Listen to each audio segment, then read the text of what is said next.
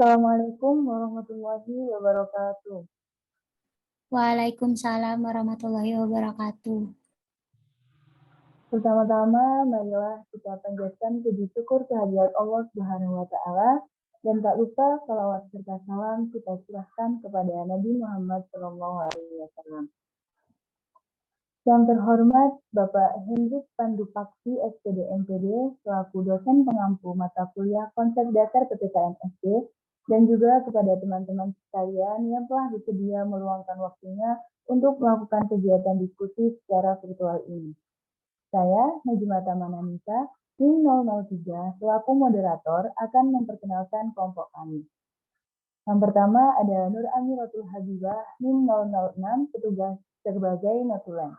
Yang kedua ada Cynthia Nurmayunita, NIM 013, bertugas sebagai peserta. Ahmad Fathur Rahman, NIM 015, bertugas sebagai peserta. Zahra Fahruniza Pramestela, NIM 018, bertugas sebagai peserta. Mariana Esaraya, NIM 019, bertugas sebagai peserta. Yang keenam ada Jihan Nur Fareza, NIM 022, bertugas sebagai peserta. Ria Rizky Syafutri Ali Fadilah, NIM 025, bertugas sebagai notulen, bertugas sebagai peserta, Musrina Nur Maulidia, NIM 026, bertugas sebagai peserta. Jihan Zatul Akmar, NIM 024, bertugas sebagai peserta. Yang ke-10 ada Faiza Zulfiza Azhara, NIM 028, bertugas sebagai peserta. Ada Fatima Azhara Budiono, NIM 035, bertugas sebagai peserta. Dan yang ke-12 ada Esti Retno Artanti, NIM 036, bertugas sebagai narasumber. Maaf, ralat, Baik teman-teman sekalian, langsung saja selanjutnya adalah sesi penyampaian materi. Kepada Saudari Esti Retno Artanti, waktu dan tempatnya kami persilahkan. Terima kasih atas waktu dan tempatnya. Saya akan share screen untuk materinya. Apa sudah tampil? Sudah. Oke. Di kesempatan kali ini saya akan mempresentasikan materi konsep dasar keadilan sosial dan cara mewujudkan keadilan sosial bagi seluruh rakyat Indonesia untuk memenuhi tugas mata kuliah konsep dasar PPKN SD. Selanjutnya ada materi atau poin-poin presentasi saya kali ini adalah yang pertama, makna adil, keadilan, dan keadilan sosial. Yang kedua, ciri-ciri adil. Yang ketiga, parameter terciptanya keadilan dan keadilan sosial. Yang keempat, tantangan dan hambatan dalam mewujudkan keadilan bagi seluruh rakyat Indonesia. Yang kelima, cara-cara yang ditempuh bangsa dan negara Indonesia dalam mewujudkan keadilan sosial. Yang pertama, langsung saja, kita perlu mengetahui terlebih dahulu apa sih itu adil, keadilan, dan keadilan sosial. Menurut Kamus Besar Bahasa Indonesia, adil adalah sama berat, tidak berat sebelah, tidak memihak, berpihak kepada yang benar, berpihak pada kebenaran sepatutnya, dan tidak sewenang-wenang. Sedangkan keadilan sendiri adalah perbuatan atau perlakuan adil. Jadi jika adil adalah sifatnya, keadilan adalah action atau perbuatannya. Kemudian ada keadilan sosial. Keadilan sosial bisa diartikan sebagai suatu keadaan di mana tiap warga negara menjalankan kewajibannya dan mendapatkan haknya secara adil. Tidak berat sebelah, dan bisa membuat semua orang atau semua komponen masyarakat merasakan kesejahteraan. Yang perlu di-highlight di sini adalah kata kesejahteraan. Jadi, suatu negara dikatakan adil jika semua komponennya merasakan apa sih itu hidup sejahtera dan merdeka atas dirinya sendiri. Berikutnya ada ciri-ciri adil. Yang pertama, tidak berat sebelah dan tidak memihak. Yang kedua, memperlakukan semua manusia sama tanpa pandang ras, suku, dan agama. Jadi harusnya kita perlu menghentikan ya hal-hal seperti karena orang beragama Kristen atau Hindu atau Buddha jadi tidak pantas memimpin negeri ini yang mayoritasnya Muslim. Kita perlu stop mindset seperti itu, atau orang-orang atau masyarakat kulit gelap tidak boleh mengikuti kontes kecantikan. Itu namanya diskriminasi ya, itu kita harus hentikan dari sekarang, dimulai dari diri kita sendiri. Yang ketiga, memberikan sesuatu sesuai porsinya atau secukupnya. Yang keempat, menempatkan sesuatu di tempat yang semestinya. Jika benar ya benar, jika salah ya salah. Bukan yang salah dibenarkan. Kemudian, tidak sewenang-wenang. Dan yang terakhir, wajar dan benar secara moral dan hukum. Jadi, jika seorang oknum polisi membunuh bawahannya, harus dihukum sama dengan petani yang membunuh. Jadi, tidak karena pangkatnya tinggi, jadi nggak dihukum, tidak boleh seperti itu ya. Selanjutnya, ada parameter atau tolak ukur terciptanya keadilan dan keadilan sosial. Parameter terciptanya keadilan serta keadilan sosial adalah ketika semua komponen suatu negara, baik masyarakat atau pemerintah, sama-sama merasakan apa itu kesejahteraan. Tidak ada ketimpangan dan jarak di antara kedua komponen tersebut. Jadi yang sejahtera itu harus masyarakat dan pemerintahnya, bukan hanya masyarakatnya saja atau pemerintahnya saja.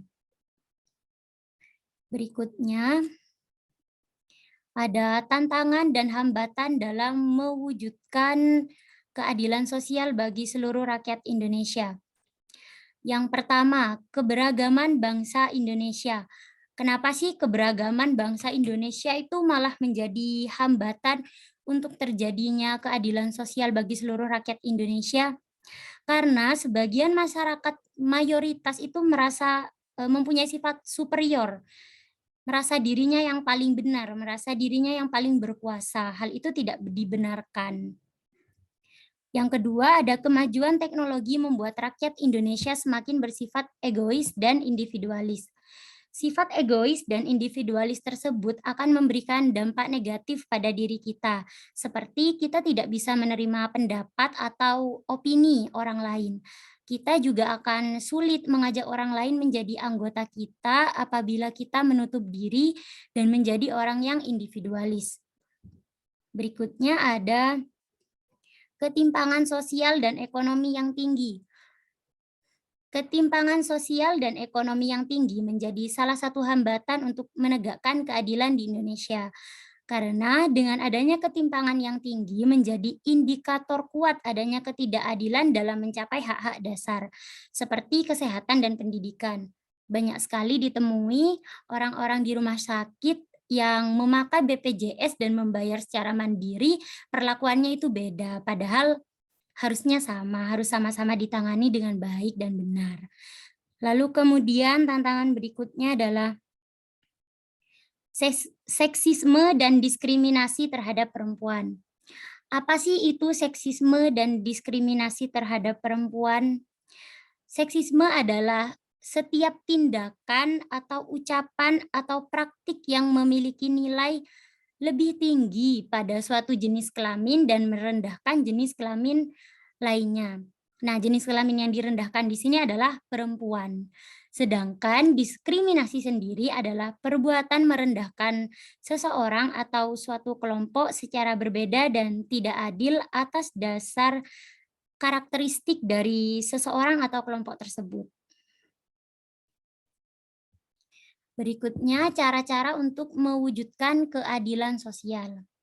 Yang pertama, bersikap adil terhadap semua, jadi tidak pandang bulu, tidak pandang jabatan, tidak pandang warna kulit. Yang berikutnya, menjaga keseimbangan antara kewajiban dan hak. Jadi kita sebagai warga negara itu selain bisa menuntut hak-hak kita kepada pemerintah, kita juga perlu dan jangan sampai lupa untuk menjalankan kewajiban-kewajiban kita. Yang ketiga, ada menghormati hak-hak orang lain. Yang keempat, menghargai pendapat dan pilihan hidup orang lain. Jadi kita perlu mengurangi rasa terlalu ikut campur dan ingin tahu tentang pilihan hidup orang lain. Yang kelima, tidak menggunakan kekuasaan atau hak milik untuk hal-hal yang bertentangan dengan hukum dan moral serta merugikan kepentingan umum. Tidak terasa sudah ada di bagian akhir kesimpulan. Keadilan sosial dapat dikatakan berhasil jika seluruh komponen dalam negara tersebut merasakan kesejahteraan hidup. Dan hal tersebut dapat tercipta jika adanya kerjasama atau korelasi antara masyarakat dan pemerintah.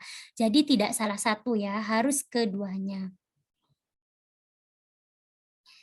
Baik, terima kasih atas perhatiannya. Itu saja penyampaian materi dari saya. Selanjutnya saya kembalikan kepada moderator.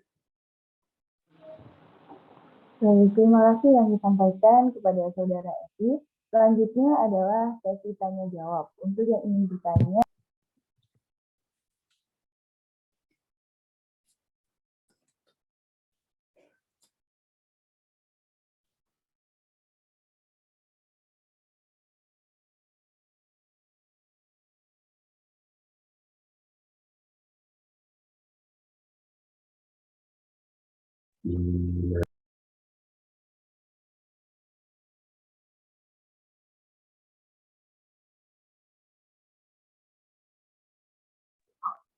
baik, terima kasih kami sampaikan kepada Saudari Evi. Selanjutnya adalah sesi tanya jawab untuk Fatima Azahra Budiono.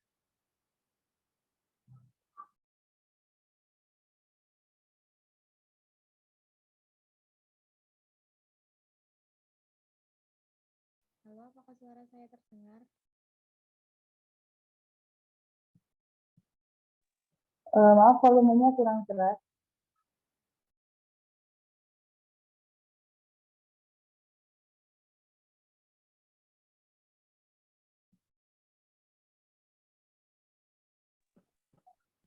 Baik, kita lanjut dulu untuk Saudara Fadila.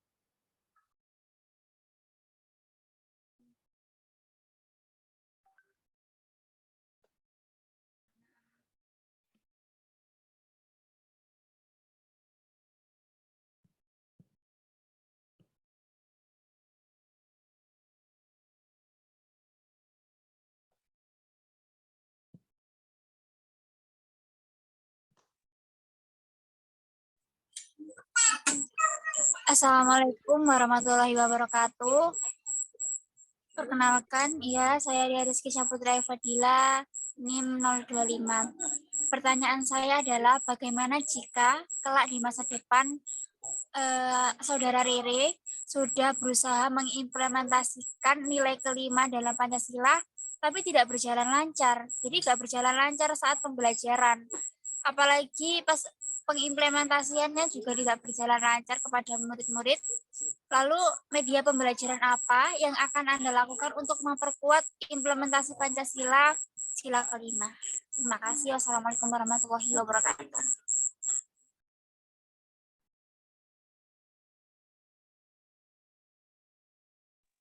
Baik, terima kasih.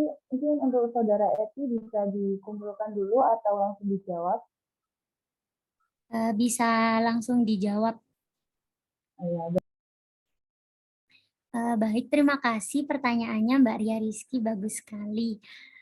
Untuk saya pribadi ya, jika nanti pengimplementasian kepada para peserta didik itu dirasa kurang, saya mungkin akan memilih metode atau media pembelajaran visual yang berupa video, yang mendidik dan menyelipkan pesan moral berupa keadilan. Saya rasa anak-anak sekolah dasar akan lebih paham dengan menonton dan merekamnya di dalam memori mereka. Karena anak-anak sekolah dasar itu masih ada di masa-masa golden age, terutama di kelas 1 sampai 3 ya, masih ingatannya itu masih sangat kuat. Jadi mereka akan merekamnya di otak mereka. Contoh video-videonya mungkin seperti video Nusa dan Rara ya. Di situ ada peran ibu yang sangat adil terhadap keduanya. Adil di sini ibunya tidak menyamaratakan, tapi ibunya menyesuaikan atau memberi sesuai dengan porsinya. Kak Nusa butuh apa, Kak Rara butuh apa. Mungkin selain Nusa dan Rara juga ada video Paw Patrol. Kalau Mbak Ria Rizky tahu ya. Itu ada seorang pemimpin yang namanya Rogers dengan anjingnya kalau tidak salah ada 5 atau 6. Di sana di film-film itu diajarkan tentang membantu sesama, gotong royong, saling menolong, dan pembagian tugas secara merata. Di Paw Patrol tadi seperti yang saya beritahukan ada pemimpinnya namanya Rogers. Kita bisa lihat di situ ya bahwa Rogers itu adalah tipe pemimpin yang baik. Dia memimpin para anjing-anjing Paw Patrol itu dan membagi-bagi tugasnya sesuai kemampuan mereka sendiri. Jadi tidak memaksakan ikan harus bisa memanjat atau anjing harus bisa berenang, tidak, tapi sesuai porsi dan bisanya mereka. Jadi mungkin dari situ anak-anak akan bisa belajar tentang apa itu adil, mengatasi masalah, membantu satu sama lain, menghargai orang lain, dan juga akan belajar tentang jiwa kepemimpinan, bagaimana cara menjadi pemimpin yang adil, tidak sewenang-wenang. Dan mungkin itu sih dari saya media pembelajaran yang akan saya pilih untuk mengimplementasikan keadilan kepada anak-anak sekolah dasar. Begitu saja Mbak Ria, bagaimana? Iya, jawaban yang sangat bagus, yang mungkin akan saya jadikan pedoman di masa depan saya. Terima kasih Kak Eti Retna ya. Terima kasih. Sama-sama, pertanyaannya bagus sekali. Baik, untuk Saudara Fatima Azhara Budiono, apakah mic-nya sudah bisa? Coba. Sudah, Kak. Sudah.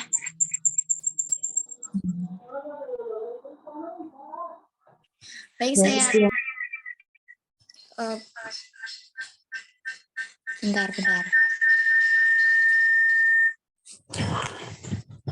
Baik, saya akan bertanya. Keadilan diimplementasikan di dalam sila kelima dalam Pancasila. Dan pertanyaannya, mengapa di kalangan masyarakat masih banyak yang menggunakan perhiasan secara berlebihan? Apakah menggunakan perhiasan itu adil di kalangan masyarakat? Baik, itu saja.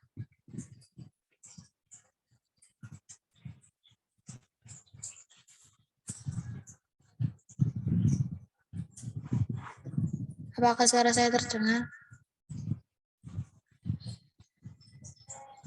Ya, baik. Terima kasih untuk Saudara Eti bisa dijawab. Terima kasih ya atas pertanyaannya Mbak Zahra. Di sini saya tidak ingin melarang mereka atau masyarakat untuk memakai perhiasan. Karena itu hak mereka. Mereka boleh menggunakan apa yang ingin mereka pakai. Tapi di mana-mana yang namanya berlebihan itu tidak baik. Flexing atau memamerkan harta itu tidak baik dan tidak akan pernah baik.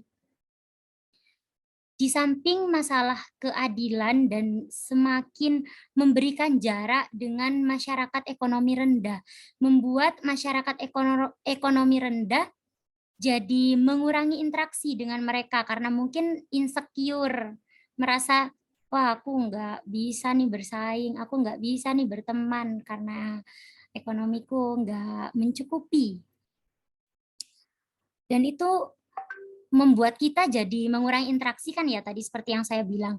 Dan mengurangi interaksi tersebut sudah ada tadi di hambatan akan menjadikan kita masyarakat yang individualis, egois, mau menang sendiri, nggak mau dengerin orang lain, maunya pendapatnya sendiri yang didengerin tanpa mempertimbangkan kepentingan umum. Dan selain itu, memakai perhiasan itu juga kan yang keterlaluan ya. Memakai perhiasan yang keterlaluan juga kurang baik karena bisa menyebabkan aksi kriminalitas seperti begal, terus pencurian, perampokan, hal-hal seperti itu. Jadi itu jawaban saya sih sebaiknya dihindari pemakaian seperti itu. Terima kasih.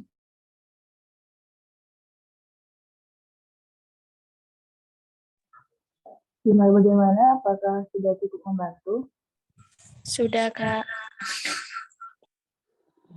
Baik, terima kasih. Selanjutnya untuk Saudara Faiza Bilkisa.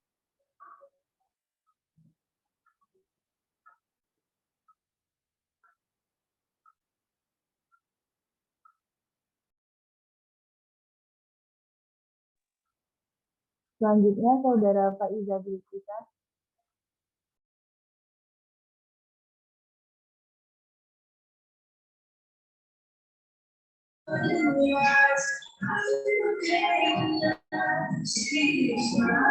Baik, terima kasih. Pertanyaannya, kajian sosial bisa diartikan sebagai suatu keadaan di mana setiap warga negara menjalankan kewajibannya serta mendapatkan hak secara adil. Tidak dibedakan sehingga akan terjadi kesejahteraan bagi setiap orang. Nah, pertanyaan saya, bagaimana cara mengusahakan agar keadilan sosial yang realistis dapat dicapai di tengah kehidupan bermasyarakat?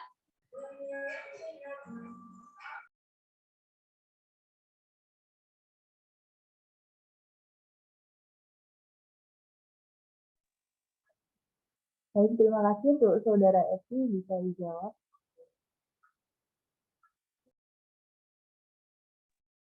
Baik, terima kasih pertanyaannya Mbak Bilkis. Jadi menurut saya cara mengatasinya, cara-caranya itu kembali lagi ke yang sudah disebutkan tadi ya, penyeimbangan kewajiban dan hak. Jadi kita sebagai warga negara jangan cuma bisa demo menuntut hak-hak, tapi malah merusak fasilitas-fasilitas seperti alun-alun kota saat berdemo. Itu namanya lawak ya, lucu, kocak gaming. Jadi kita jangan cuma bisa nuntut aja ya, tapi harus bisa memberikan kewajiban-kewajiban dan melaksanakan kewajiban-kewajiban kita terhadap negara. Nah, cara yang lain yang mungkin yang paling dasar ya, adalah menghargai hak-hak orang lain, menghormati pilihan hidup orang lain. Itu adalah hal yang paling dasar, paling basic, paling penting, dan paling krusial, tapi sering dilupakan oleh masyarakat kita. Kita kadang terlalu ikut campur kepada kehidupan orang lain. Bahkan antara anak dan orang tua saja ya, harusnya bukan hanya perihal anak harus tunduk dengan semua atau keinginan orang tua, karena takut dicap menjadi anak durhaka. Karena orang tua itu yang melahirkan, yang merawat. Menurut saya tidak seperti itu konsepnya. Namun anak atau nanti peserta didik kita di sekolah, kita itu harus mendengarkan mereka, beri mereka ruang untuk berpendapat dan mengutarakan isi hati mereka, beri mereka ruang untuk berekspresi. Hargai pesan, pertanyaan, nasihat mereka meskipun mereka itu lebih muda dari kita. Jangan karena kita lebih tua terus kita merasa kita selalu benar, jangan seperti itu ya. Dan mungkin cara lain adalah menghargai karya-karya orang lain dengan tidak melakukan plagiarisme yang sangat sering ditemukan di masa sekarang ini. Mungkin itu cara-cara awal yang bisa ditempuh untuk membangun dan menegakkan keadilan di negeri ini. Begitu Mbak Bilkis jawaban dari saya. Terima kasih pertanyaannya. Bagus sekali. Saya kembalikan ke moderator. Baik, apakah sudah cukup membantu?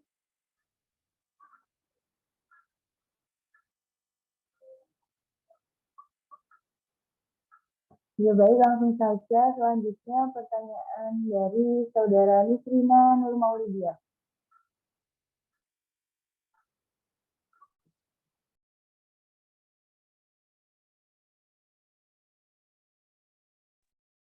Ya, baik. Apakah suara saya sudah terdengar? Sudah, Mbak Nisrina. Oke. Perkenalkan, nama saya Nisrina Nurmaulidia, NIM 026. Di sini saya akan bertanya. Yang tadi telah Mbak Eti presentasikan adalah mengenai keadilan. Nah, seperti kita ketahui bahwa beberapa keadilan di Indonesia pun nggak sepenuhnya bisa dijalankan dengan baik. Dan saya pun sendiri juga merasa hal itu tidak sepenuhnya terpenuhi. Jadi nggak semua orang dapat keadilan. Nah, terutama ada di bagian tantangan menegakkan keadilan. Salah satunya adalah seksisme dan diskriminasi terhadap perempuan. Lah dalam hal ini bisa diberikan contoh seksisme dan diskriminasi terhadap perempuan yang masih banyak terjadi di masyarakat kita. Dan mungkin Anda bisa memberikan solusi yang tepat untuk mengatasi masalah ini. Terima kasih. Terima kasih. Baik, untuk Saudara Esti mungkin bisa dijawab. Terima kasih ya, saya suka sekali pertanyaannya. Di sini pertama-tama kita perlu tahu terlebih dahulu patriarki. Apa sih itu patriarki? Patriarki adalah sebuah sistem sosial yang menempatkan pria sebagai pemegang kekuasaan utama dan mendominasi dalam segala peran dan menempatkan perempuan pada kelas kedua. Baik itu dalam hal politik, sosial, dan lain-lain, bahkan di dalam rumah tangga. Dan budaya atau hal tersebut masih dilanggengkan di Indonesia dan sayangnya dinormalisasi. Contohnya tadi Kak Nisrina nanya contoh ya. Laki-laki yang berpendidikan tinggi akan dianggap keren, akan dianggap husband material. Sedangkan perempuan yang berpendidikan tinggi akan dipandang terlalu mandiri, toh ujung-ujungnya akan di dapur katanya. Saya pernah membaca statement women can do better but the society expect us to do less, dan saya sangat-sangat setuju dengan itu. Karena menurut saya ya tugas perempuan itu bukan hanya sekedar di kasur, di sumur, dan di dapur, bukan. Kita bisa melakukan hal yang lebih dari itu. Kita boleh sekolah sampai S3, kita boleh bekerja, kita boleh menentukan perjalanan hidup kita atau apa yang kita inginkan dalam hidup.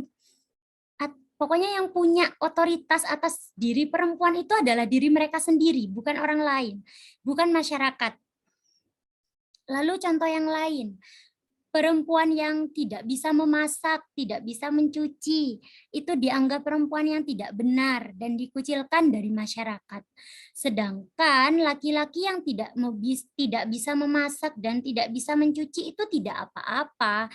Ya kan laki-laki, alibinya seperti itu. Padahal cooking, cleaning, itu basic life skill, itu cara-cara kita untuk bertahan hidup. Jadi jika perempuan harus bisa memasak, harus bisa bersih-bersih rumah, harus bisa mencuci, laki-laki pun harus bisa melakukan hal yang seperti itu. Harusnya seperti itu ya. Lalu yang paling sering terjadi, perempuan yang tidak menutup aurat dianggap perempuan nakal. Perempuan yang tidak mencintai dirinya sendiri. Tapi laki-laki yang tidak menutup aurat tidak pernah disinggung hal-hal seperti itu. Malah laki-laki yang menunjukkan perut six pack-nya akan dipuji, duh roti sobeknya gitu ya. Apalagi kalau biasanya artis-artis ya, biasanya duh pengen banget dapat suami roti sobeknya ada 6 tuh. Saya nggak nemu ada laki-laki yang dikatain tutup auratnya, nggak ada. Malah senang sepertinya ciwi-ciwi melihat hal-hal seperti itu ya. Dan masih banyak lagi. Mbak Jihan Nur Fareza ketawa ya. Setuju nggak Mbak? Setuju nggak? Ya cukup setuju ya kelihatannya. Mungkin ya. Terjadi ya di masyarakat sekitar ya? Oh, banyak sekali Bunda. Banyak sekali Kak. Kak Jihan Nur Fareza mungkin punya contoh yang lain. Patriarki di kalangan masyarakat. Enggak, dilanjutkan saja Kak. Silakan. Baik. Lalu bagaimana sih cara menghentikannya? Kuncinya ada di perubahan mindset, pemikiran, point of view, pandangan kita tentang, Mbak Ami ini ketawa-ketawa, saya jadi ikut ketawa ya. Kembali lagi ya, di perubahan mindset. kita harus memandang semua gender itu berhak mendapatkan kemerdekaan atas dirinya sendiri. Bahwa perempuan itu boleh bekerja, boleh berpendidikan tinggi. Perempuan yang bercerai itu bukan perempuan yang tidak becus mengurus rumah tangga. Mereka adalah perempuan yang juga ingin merasakan apa sih itu bahagia. Laki-laki itu boleh mengekspresikan perasaannya. Laki-laki itu boleh menangis. Stop mengatakan laki-laki kok cengeng kayak perempuan, kayak banci. Nanti kita sebagai pendidik ya atau guru, tolong hentikan jika nanti siswa kita itu ada yang menangis gitu ya. Ini kok pada ketawa-ketawa ya, saya jadi ikut ketawa. Jadi dilanjut ya. Kita sebagai peserta pendidik tidak boleh ya nanti kalau misalnya siswa kita menangis, jatuh misalnya karena laki-laki, oh nggak boleh nangis, nah kamu kan laki-laki, kamu harus kuat. Itu tidak benar. Laki-laki itu punya hati, laki-laki itu punya otak, laki-laki itu mikir dan merasakan juga sama seperti kita. Jadi mereka itu nggak apa-apa menangis, nggak apa-apa merasakan struggle atau masalahnya. Kita sebagai pendidik itu harus belajar atau memberitahu mereka bagaimana cara berdamai dan menghadapi masalah tersebut, bukan malah menyangkal, bukan malah kayak oh ya udah nak, nggak usah dipikirin aja, jangan menangis. Tidak boleh seperti itu. Kita harus membiarkan mereka mengekspresikan apa yang mereka rasakan, biarkan mereka bercerita, itu tidak apa-apa. Jadi intinya tadi adalah solusinya jika menurut saya dan harusnya mulai diterapkan ya, mulai dari kita sendiri dulu. Lalu kita teruskan ke peserta didik kita adalah perubahan mindset, perubahan pola pikir. Itu ya Mbak Nisrina. Apa ada sanggahan atau mungkin bagaimana? Mbak Nisrina ini juga ketawa-ketawa dari tadi.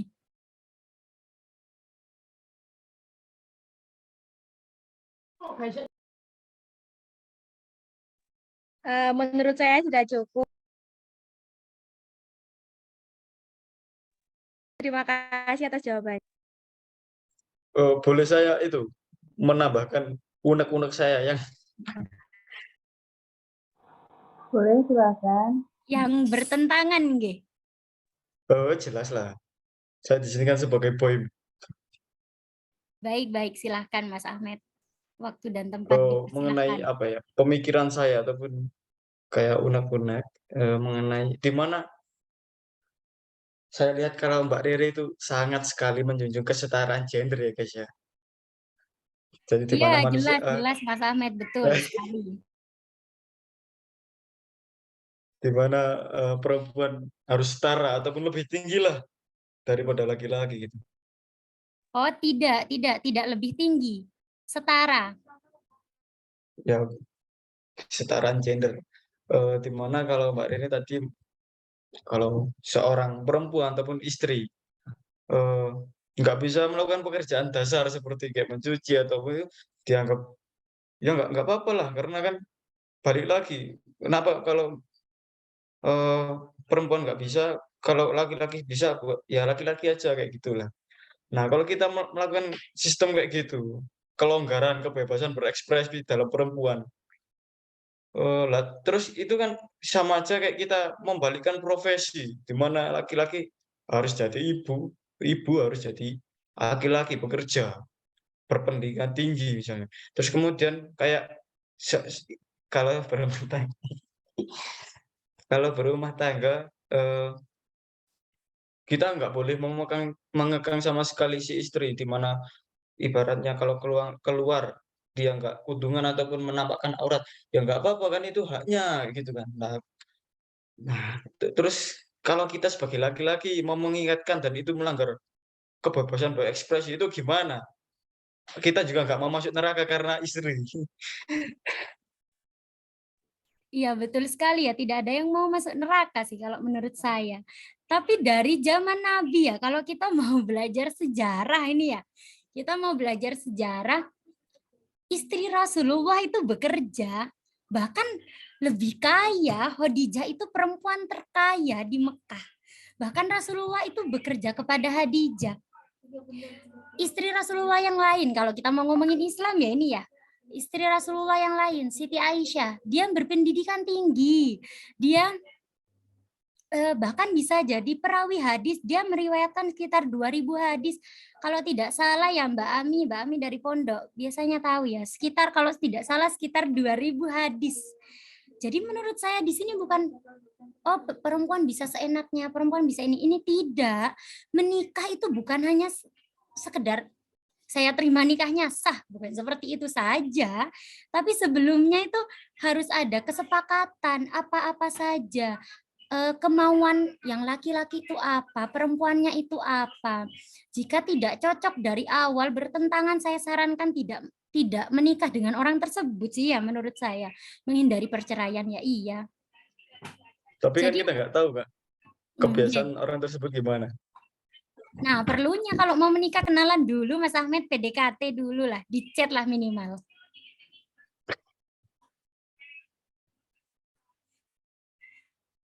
Bagaimana Mas Ya nggak Ahmed? bisa.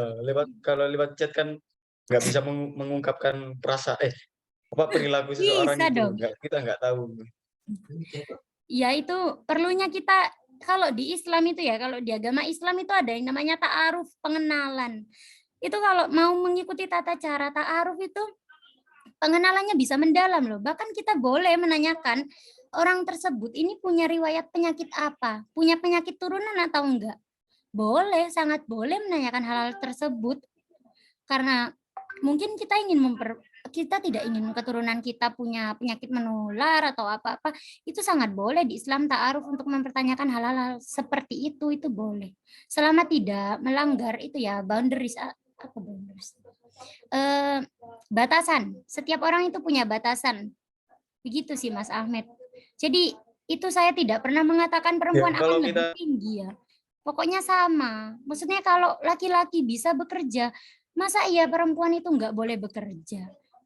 Laki-laki boleh hang out sama teman-teman terus perempuan nggak boleh hang out. Gimana ya? Loh enggak, maksudnya kalau bekerja berpendidikan tinggi boleh. Enggak, maksudnya jangan melupakan prinsip dasar lah sebagai istri. Dimana kan nggak bisa masak, nggak bisa ini, itu. Nggak bisa merawat anak. Gimana coba? Seperti saya sih, bener ya. Maksudnya keluarga saya. Itu saya dititipkan itu gimana? Saya ditinggal orang tuanya. Itu kayak menurut saya kebalik coy. Dititipkan tante bude loh. Kan itu masuk nggak respect sama sekali lah. Masa iya? Maksudnya Penelantaran tah. apa? Kasarnya jadi penelantaran anak gitu. Perempuan menelantarkan Malah anak. kurlep ya seperti itu. Kayak apa? Nah, maksudnya prinsip dasar aja nggak bisa. Terus kemudian dia berfokus kepada pendidikan, pekerjaan minimal prinsip dasarnya penuhi dulu lah, Dek. Gitu. Tapi kalau saya perempuan maksudnya bekerja, berpendidikan tinggi boleh nggak apa-apa, tapi cuma jangan melupakan prinsip dasar. Dan juga kalau kita terlalu memberikan kebebasan berekspresi, ya nanti keluarga kita keluarga sekuler Kak, gimana nih solusinya tuh? Jadi menurut Anda mengurus anak itu sepenuhnya tugas seorang istri ta? Jadi Bapak ini tidak mau berkontribusi sama sekali, cuma mau berbuat saja. Ya kalau kita lihat strata ya. Raya Kalau angkat tugas jempol Raya. utamanya, Ditunggu pendapatnya Raya. ayo Raya, sekarang tolonglah saya ini. Enggak, maksudnya secara utama kan si ibu ya, bapak ini ya, tapi kita lihat bapak mencari nafkah misalnya.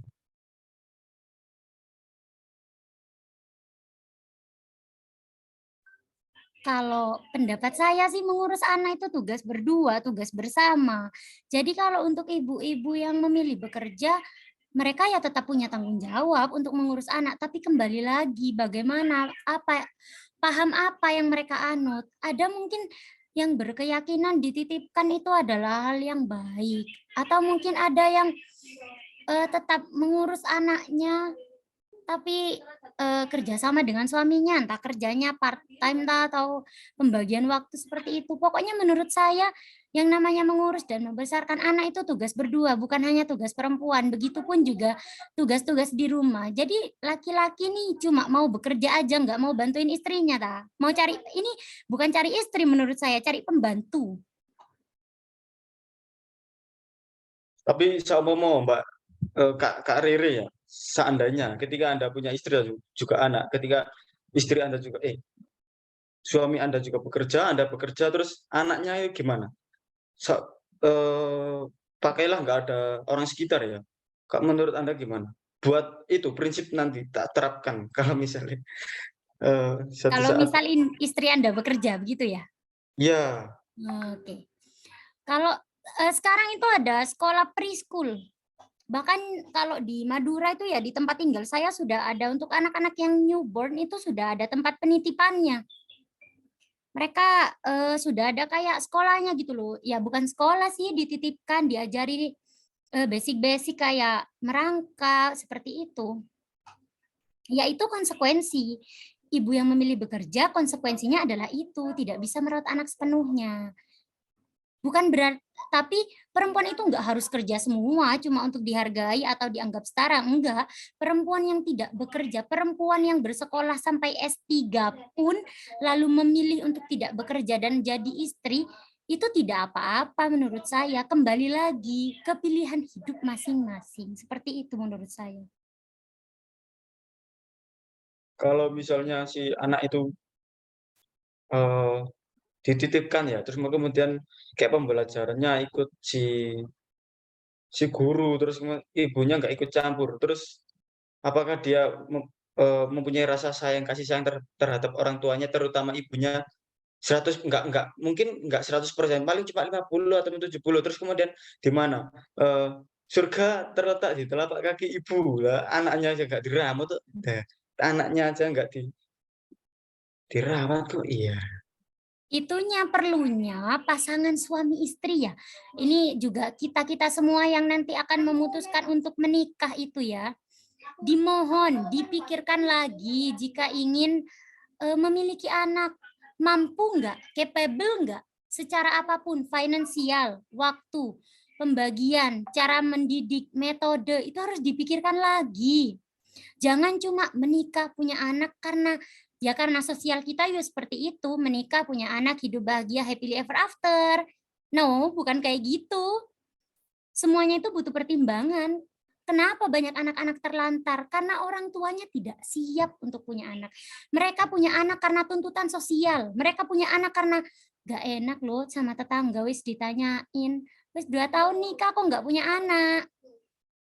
Kurang-kurangin ya nanti kalau kita jadi tetangga, kurang-kurangin judging orang, kurang-kurangin menganggap remeh atau mendiskriminasi perempuan-perempuan atas pilihan hidupnya, itu kurang-kurangin aja sih. Menurut saya begitu ya. Kembali ke pemahaman apa yang kamu pegang, seperti itu. Jadi kalau mungkin mau istri yang di rumah saja, carilah perempuan yang memang ingin di rumah saja, yang tidak ingin bekerja. Begitu sih, untuk menghindari konflik, ya iya, menghindari perceraian juga iya. Jadi pendapat saya sih seperti itu.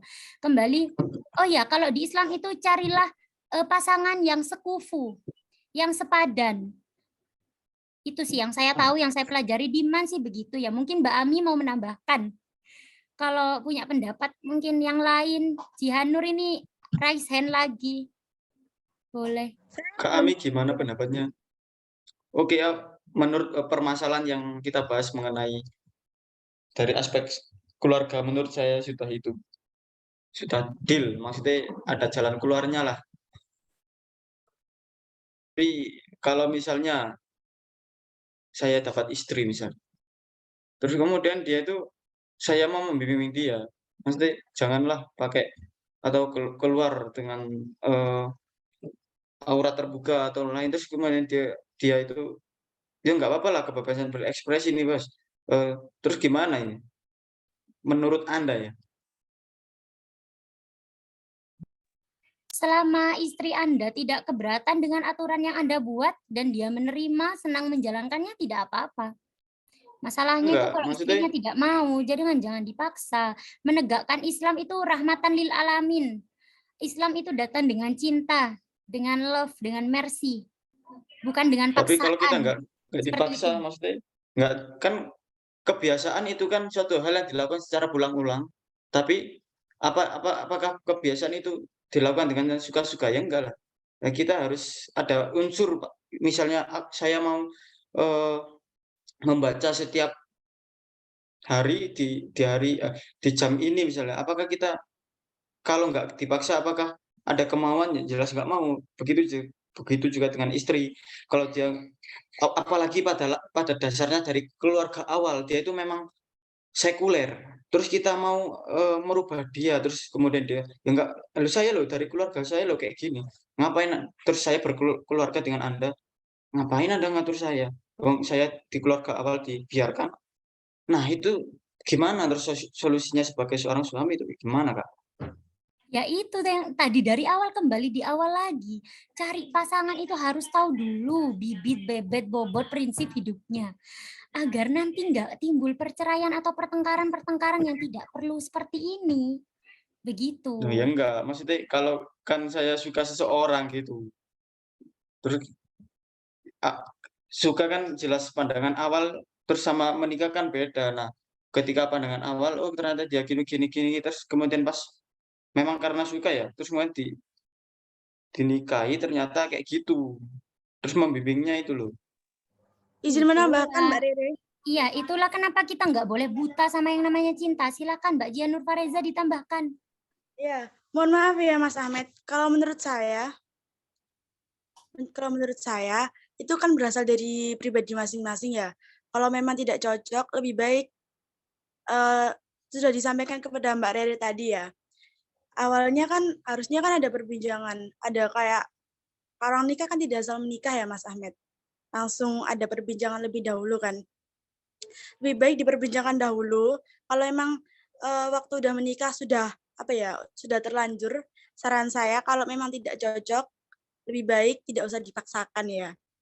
Apalagi kan kalau kecuali kalau memang Mas Ahmed udah terlalu cinta nih ya, ya mau nggak mau Mas Ahmed harus menerimanya ya. Kan namanya kan dari awal kan sudah berlandaskan cinta.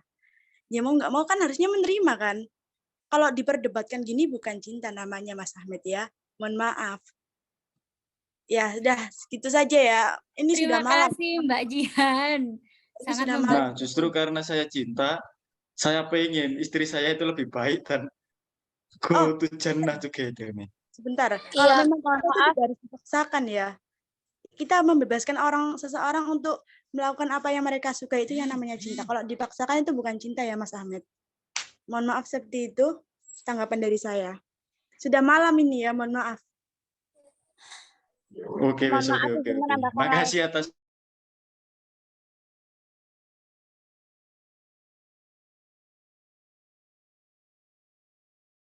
sarannya dan juga jawaban dari Kak Rere.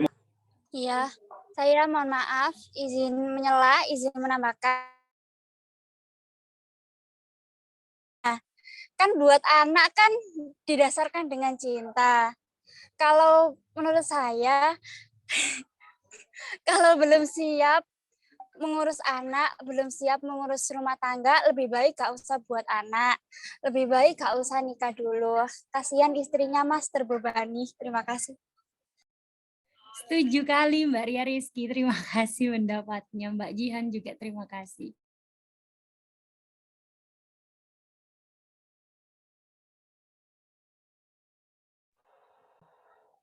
Oke, baik, terima kasih. Selanjutnya, pertanyaan selanjutnya kepada Saudari Zahra Fahrun.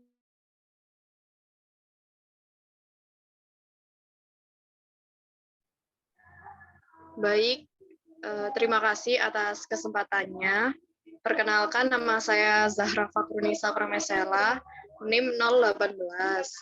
Pertanyaan saya, dalam tantangan dan hambatan untuk mewujudkan keadilan sosial, disebutkan bahwa dengan adanya kemajuan teknologi membuat masyarakat Indonesia menjadi individualis. Namun, semenjak pandemi, kita diharuskan berkomunikasi secara online terhadap sesama yang menyebabkan kurangnya rasa kekeluargaan antar sesama.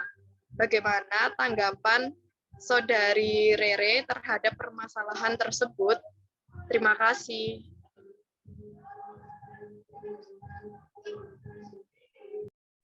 Baik, untuk saudara Eti mungkin bisa ditambahkan. Terima kasih pertanyaannya Mbak Zahra. Di sini ada yang perlu ditekankan lagi ya. Berinteraksi atau bersosialisasi atau berkomunikasi itu tidak harus secara langsung, tidak harus face to face. Karena syarat interaksi atau komunikasi sendiri, yang pertama adanya communicator atau penyampai pesan. Kedua, adanya komunikan atau penerima pesan. Yang ketiga, ada pesan. Yang keempat, ada media dan adanya umpan balik. Setahu saya sih syarat-syarat berkomunikasi atau berinteraksi itu ya. Seingat saya dulu di sekolah. Jadi dapat disimpulkan bahwa harusnya di saat pandemi kita pun tuh bisa tetap bersosialisasi dengan orang lain by online, bisa by Zoom, Google Meet, Skype, video call seperti kita saat ini dan banyak lagi, hingga membuat kita tetap bisa bertukar pendapat, mengobrol, sharing seperti barusan itu ya, hampir berdebat malah, agar kita tidak menjadi manusia yang individualis atau merasa bisa hidup sendiri tanpa orang lain, egois, merasa menang sendiri. Kita harus bisa menggunakan teknologi yang sudah sangat maju ini dengan cara yang baik. Jangan sampai teknologi yang merubah kita. Jangan sampai teknologi merubah kita menjadi pribadi yang buruk.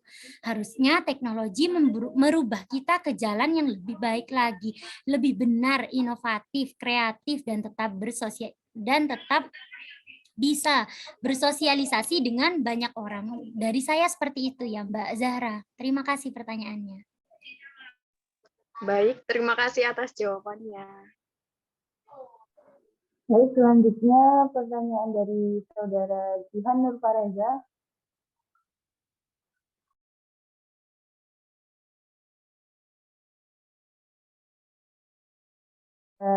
Saudara Jihan Nur Fareza. Iya. Oke, baik. Kita kan di kuliah di PGSD kan dididik untuk dididik menjadi calon pendidik ya. Bagaimana sih cara kita yang bisa kita lakukan agar bisa membangun karakter peserta didik agar menjadi pribadi yang adil dan tidak sewenang-wenang? Apakah jelas pertanyaannya? Ataukah jelas? Apa diulangi?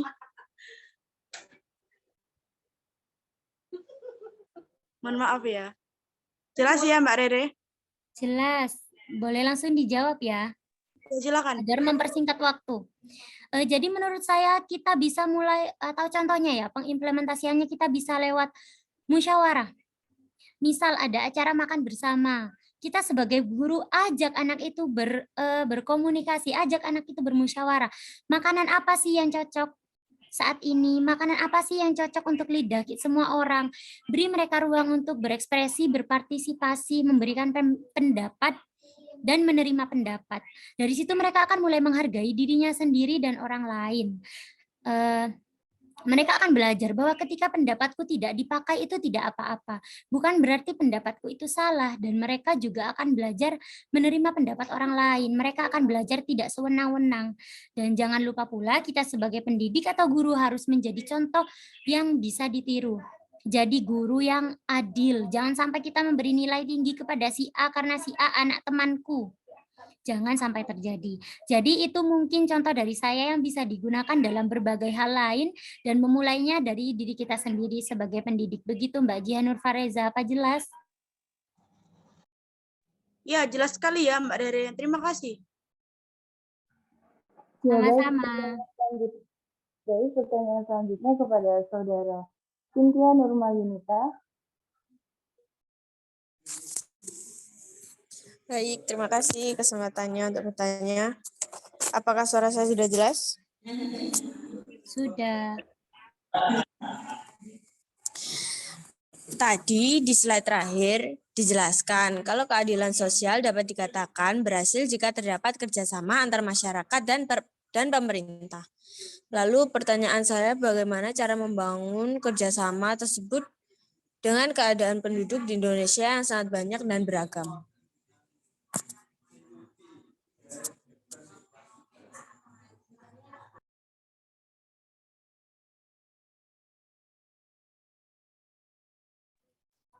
Mbak Najma, apa langsung saya jawab ya? Iya, iya baik, boleh langsung dijawab. Jadi kembali lagi, perlu diseimbangkan antara hak dan kewajiban kita sebagai warga negara. Kalau dalam pendidikan itu ada input dan output itu harus seimbang. Lalu bagaimana dengan penduduk Indonesia yang sangat banyak dan beragam? Kita perlu meredam merasa paling berkuasa, merasa paling benar. Karena kamu mayoritas bukan berarti kamu punya hak untuk mendiskriminasi rakyat minoritas. Tanamkan Bhinneka Tunggal Ika itu jangan cuma dijadikan pajangan dan dihafal saja saat pelajaran PKN ya, tapi ditanamkan di hati dan pikiran, maka kita akan bisa dan mungkin akan lebih mudah menegakkan keadilan jika semua merasa senasib dan seperjuangan. Begitu ya Mbak Cynthia, apa bisa diterima jawabannya? Baik, terima kasih. Sama-sama.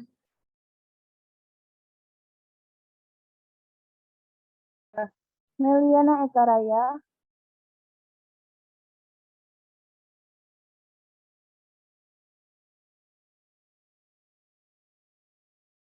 Meliana Eka Raya tidak raise hand Mbak Najma. Oke, baik, maaf. Baik, selanjutnya sesi penyampaian kesimpulan yang akan disampaikan oleh Saudara Nur Amilatul Habibah. Dipersilakan. Baik, terima kasih atas waktu yang telah diberikan. Sebelumnya, apakah suara saya terdengar?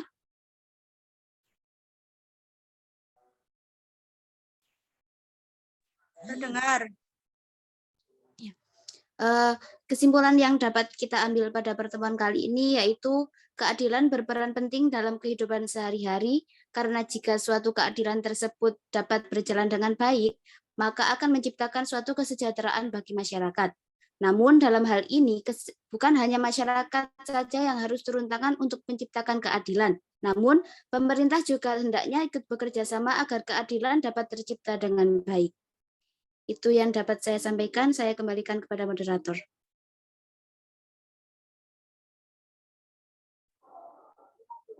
Oke, baik. Demikianlah kegiatan diskusi kelompok kami ini. Saya Najma Tamanika selaku moderator meminta maaf apabila terdapat kesalahan dalam proses penyampaian. Sekian dari saya. Wassalamualaikum warahmatullahi wabarakatuh.